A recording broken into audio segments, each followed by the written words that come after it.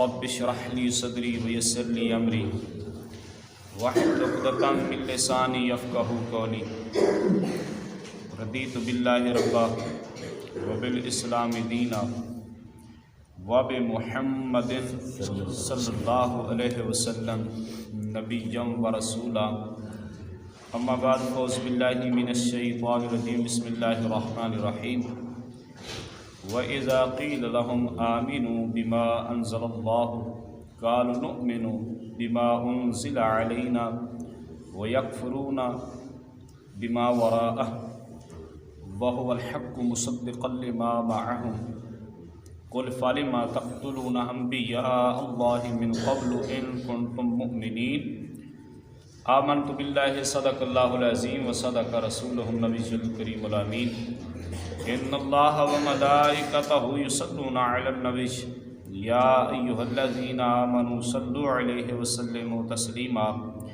الصلاة والسلام علیک یا سیدی یا رسول اللہ الصلاة والسلام علیک یا سیدی یا حبیب اللہ الصلاة والسلام علیک یا سیدی یا رحمت للعالمین وعلى آلك وأصحابك يا سيدي يا خاتم النبيين۔ اللہ رب العزت نے قرآن مجید برہان رشید میں اللہ پھر یہودیوں سے خطاب فرما رہا ہے۔ اللہ نے فرمایا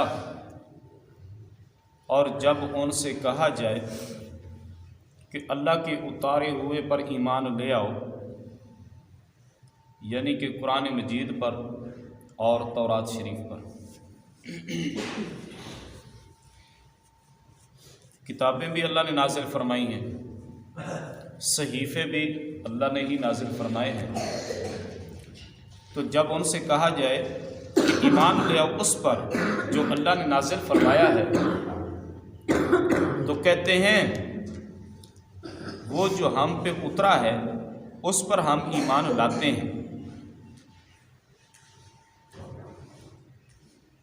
تو اللہ رب العزت فرماتا ہے اگر جو میں نے نازل کیا ہے اس پہ تم ایمان لائے ہو، اس کو تم مانتے ہو، تو اللہ فرماتا ہے اگر تم ایمان لاتے ہو تو باقی سے کیوں منکر ہو گئے، حالانکہ وہ حق ہے۔ کیا مطلب ہے؟ یعنی کہ کچھ کو تم مانتے ہو، کچھ کا انکار کرتے ہو، حالانکہ وہ بھی حق ہے، وہ بھی اللہ نے ہی نازل فرمایا ہے۔ تورات شریف کے احکام کچھ تم مانتے ہو، کچھ کا انکار کرتے ہو۔ قرآن مجید فرقان حمید وہ کتاب ہے جو اللہ نے پہلے نازل فرمایا ہے، یہ اس کی تصدیق کرتا ہے۔ تم اس کو بھی نہیں مانتے، اس کے بھی تم منکر ہو، تورات شریف کے بھی احکام کے منکر ہو، تو پھر تم کس چیز کو مانتے ہو؟ اللہ فرماتا ہے اگر تم مانتے ہو تو فرماؤ کہ پھر اگلے انبیاء کو شہید کیوں کیا تم نے؟ ہاں جی، قل فلم تقتلون انبیاء اللہ، پھر جو اللہ کے نبی تشریف لائے تھے ان کو تم نے قتل کیوں کیا؟ لہذا پتہ چلا تم کسی بھی چیز کو نہیں مانتے۔ اگر تم مانتے ہوتے، اگر تم ان پہ ایمان لے آتے، یہ صرف ان کا بغض اور حسد تھا نبی کریم صلی اللہ علیہ وآلہ وسلم کے ساتھ، کہ وہ قرآن کے بھی منکر ہو گئے اور تورات شریف کے بھی منکر ہوئے۔ تورات شریف کے کچھ احکام کو مانتے تھے، باقی سب کا انکار کرتے تھے۔ تو اللہ رب العزت نے فرمایا اگر تمہیں اپنی کتاب پر ایمان تھا تو پھر تم نبیوں کو شہید کیوں کیا؟ انہوں نے کتنے نبی شہید کیے تھے؟ 70,000۔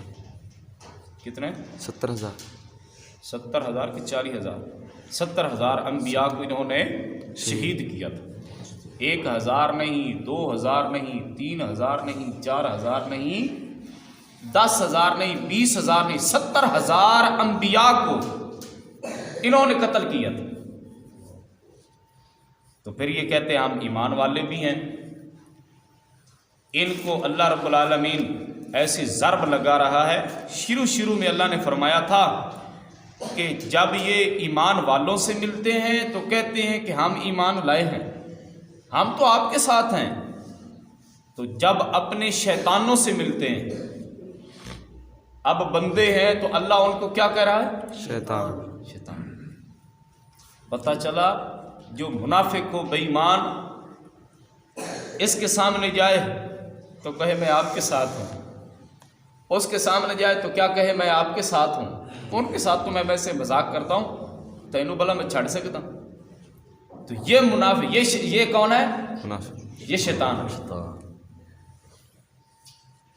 میں نے پہلے بھی نبی کریم علیہ السلام کا فرمان بھی آپ کو سنایا تھا یہاں پہ۔ حضور فرماتے ہیں جو کسی کے سامنے جا کر کہے کہ میں آپ کے ساتھ ہوں، دوسرے کے پاس چلا جائے کہ میں آپ کے ساتھ ہوں، یہ منافق ہے۔ اس کی مثال اللہ کے پاک حبیب نے اتنی سخت دی ہے کہ میں کہتا ہوں یہ حد درجہ آخری ہے، بس اس سے آگے کچھ نہیں ہے۔ حضور فرماتے ہیں اس بندے کی مثال ایسے ہے جیسے ایک واڑے کے اندر، ہاں جی، ایک واڑے کے اندر بکریاں ہوں، تو وہ بکری کبھی اس بکرے کے پاس جائے، کبھی اس بکرے کے پاس جائے۔ منافق کے بندے کی یہ مثال ہے۔ فرمان رسول اللہ کا نہ ہو تو میں جرمدار ہوں، یہ اتنا۔ تو اس کو شیطان، حضور اللہ کا قرآن کہہ رہا ہے وَإِذَا خَلَوْا إِلَىٰ شَيَاطِينِهِمْ قَالُوا إِنَّا مَعَكُمْ، جب اپنے شیطانوں سے ملتے ہیں تو کہتے ہیں ہم تو آپ کے ساتھ ہیں، ہم تو ان کے ساتھ بس ایک مذاق کرتے ہیں، بس اس کو میں نے ایسے ٹال دیا ہے جیسے لوگ کہتے ہیں کہ میں نے اس کو ٹال دیا، میں تو آپ کے ساتھ ہوں، بھلا آپ کو میں چھوڑ سکتا ہوں؟ تو وہ بھی ایسے بے ایمان تھے۔ تو جب صحابہ سے ملتے تو کہتے لو جی ہم تو قرآن کو بھی مانتے ہیں، رسول اللہ کے فرمان کو، ساڈے تو بڑا عاشق رسول کیڑا ہو سکتا ہے؟ ہاں جی، جیسے آج کہتے ہیں بھائی تسی وکھرے عاشق رسول نکل آئے ہو، ساڈے تو بڑا عاشق رسول کون ہو سکتا ہے؟ عاشق رسول کو پھر قرآن کی آیت بھی نہیں آتی جڑا عاشق دا عشق دا دعوے دار ہو گئے۔ عشق تو وہ تھا جب حضرت عمار ابن یاسر کو کعبۃ اللہ کے چوک کے اندر کافروں نے کھجور کی رسیوں کے اندر اس کو باندھ دیا اور آگ جلا دی، اور کہنے لگے جس رسول اللہ کا تو کلمہ پڑھتا ہے آج اس کو بلا تجھے بچا لے، اگر تو کلمہ جو نہیں چھوڑ رہا آج اس کو بلا تجھے بچائے ہم سے، کون بچائے گا تجھے؟ اللہ اکبر۔ تو حضرت عمار بن یاسر کی آنکھوں سے آنسو جاری ہو گئے اور دل میں پکارنے لگے یا رسول اللہ ایک مرتبہ کہیں سے آپ تشریف لے آئیں۔ سبحان اللہ۔ بس دیکھ رہے تھے تو اللہ کے پاک حبیب، نبیوں کے سلطان، نبیوں کے سپاہ سالار، احمد کلی مختار، امت کے غمخار، آپ کالی کملی اوڑے ہوئے سرکار سامنے سے تشریف لائے۔ اللہ اکبر۔ سوچئے جب بندہ اتنی مشکل میں ہو تو پھر وہ مددگار وہ سامنے آ جائے تو پھر بندے کا دل کیسا ہو جاتا۔ حضور تشریف لے آئے تو نبی کریم علیہ السلام پاس کھڑے ہو گئے، حضرت عمار بن یاسر رونے لگے۔ سرکار نے فرمایا عمار اگر یہ کافر تجھے آگ میں پھینکیں گے تو میں محمد تجھ کو بچا لوں گا۔ سبحان اللہ۔ اللہ اکبر۔ یہ تھا عشق یار۔ اور نہ اتنے نہیں آکھیا بھی میں کو کلمہ انہوں نے پڑھتا، میں تو انہوں نے نال نہیں، تسی مینوں چھڑ دے، میں تو تواڈے نال نہ۔ انہوں نے کہا کہ ان کا کلمہ چھوڑے گا کہ نہیں؟ انہوں نے کہا کہ یہ آگ تو کیا چیز ہے، میں اس سے نہیں ڈرتا، مجھے چاہے آگ میں پھینک دو، سولی پہ لٹکا دو، گردن اڑا دو، لیکن محمد رسول اللہ کا کلمہ نہیں چھوڑوں۔ سبحان اللہ۔ اس وقت جب وہ پھینکنے لگے تو نبی کریم علیہ السلام نے اپنا گورا گورا ہاتھ ید اللہ والا حضرت عمار بن یاسر کے سر پہ رکھا، سرکار نے دعا مانگی یا الہ العالمین جس طرح آگ حضرت ابراہیم علیہ السلام پہ ٹھنڈی ہوئی تھی ایسے ہی میرے عمار پہ بھی اس کو ٹھنڈا کر۔ سبحان اللہ۔ وہ کافروں نے حضرت عمار بن یاسر کو جب آگ میں پھینکا تو آگ گلزار بن گئی۔ سبحان اللہ۔ آگ گلزار بن گئی۔ سو کے نہیں، میری گلاں جاگ کے سننیاں نہیں، سو کے نہیں سننی، بولو سبحان اللہ۔ سبحان اللہ۔ تو حضرت عمار بن یاسر صحیح سلامت آگ سے باہر نکل آئے، کچھ بھی نہ ہوا۔ آخری بات کرتا ہوں، حضرت ابو مسلم خولانی، کبھی میں آپ کو یہ جمعۃ المبارک کے موضوع پہ یہ آپ کو بات سناؤں گا، پھر مزہ آئے گا، لیکن آج یہ بات آ چکی ہے، یہ بھی سنو۔ صحابہ کرام کا لشکر جب لڑنے کے لیے گیا تو آگے سے ان کافر نے کچھ مسلمان جو ہے وہ قید کر لیے۔ چپ کرا پتہ نہیں مسئلہ۔ تو حضرت ابو مسلم خولانی کو جب انہوں نے پکڑ لیا، انہیں سونے جوان تھے، خوبصورت، تو کافر کہنے لگا کہ میں چاہتا ہوں کہ تو اس کا دین چھوڑ دے، تو میں نہیں چاہتا کہ میں تجھے سولی پہ لٹکاؤں، تو اتنا خوبصورت ہے۔ انہوں نے طرح طرح کے ہیلے بہانے ڈھونڈے، کیا کیا؟ ایک رات ایک خوب رو لڑکی دوشیزہ، جو ہیرے جواہرات کے جس نے ہار پہنے تھے، اتنی خوب رو تھی کہ پانی چلتا ہوا اس کی رگوں سے نظر آتا تھا۔ ابو مسلم خولانی، لیکن وہ تھی بد مذہب، ابو مسلم خولانی کے کمرے میں انہوں نے ایک رات اس کو بند کر دی۔ بھئی شاید یہ اس کے ساتھ جو ہے نا آدمی کا دل ہے، لیکن رسول اللہ کے دیوانے نے اس کی طرف دیکھا ہی نہیں، بلکہ وہ بھی اس کے عمل کو دیکھ کر وہ بھی رسول اللہ کا کلمہ پڑھ گئی۔ سبحان اللہ۔ ہاں جی، وہ بھی حضور کا کلمہ پڑھ گئی۔ کافر کہنے لگا میں تجھے آگ میں پھینکوں گا، انہوں نے کہا آگ دا تو مسئلہ ہی کوئی نہیں، جو دل کرتا ہے کر دے۔ انہوں نے آگ جلائی، حضرت ابو مسلم خولانی کو انہوں نے آگ میں پھینکا، لیکن آگ اللہ کے حکم سے حضرت ابو مسلم خولانی پہ گلزار بن گئی۔ تو ابو مسلم خولانی آگ کے اندر ایسے شیروں کی طرح چل رہے ہیں، کافروں کے چھکے چھٹ گئے، باہر نکلا۔ انہوں نے کہا بھی انہوں نے اتو کڈو، ورنہ لوگ اس کو دیکھیں گے بے آگ گلزار ہو گئی ہے تو لوگ تو اور حضور کا کلمہ پڑھیں گے، اس کو جلا وطن کریں، فوری اس کو نکالیں۔ ہون سنو مزہ، بات جو ہے ویسے پھیل گئی، بھئی ایک آدمی ہے اس پہ آگ گلزار بنی ہے، آگ بات چلتی چلتی چلتی چلتی مدینہ میں پہنچ گئی۔ اس وقت کون سے ٹیلی فون تھے؟ اللہ اکبر۔ حضرت فاروق اعظم مدینہ کی گلیوں میں باہر نکل کر دیکھتے تھے، جب سے کوئی بندہ آتا اس سے پوچھتے بھئی جس بندے پہ آگ گلزار بنی ہے اس کو تم نے دیکھا ہے؟ وقت کوئی نہیں۔ تو دیکھا ہے؟ نہیں۔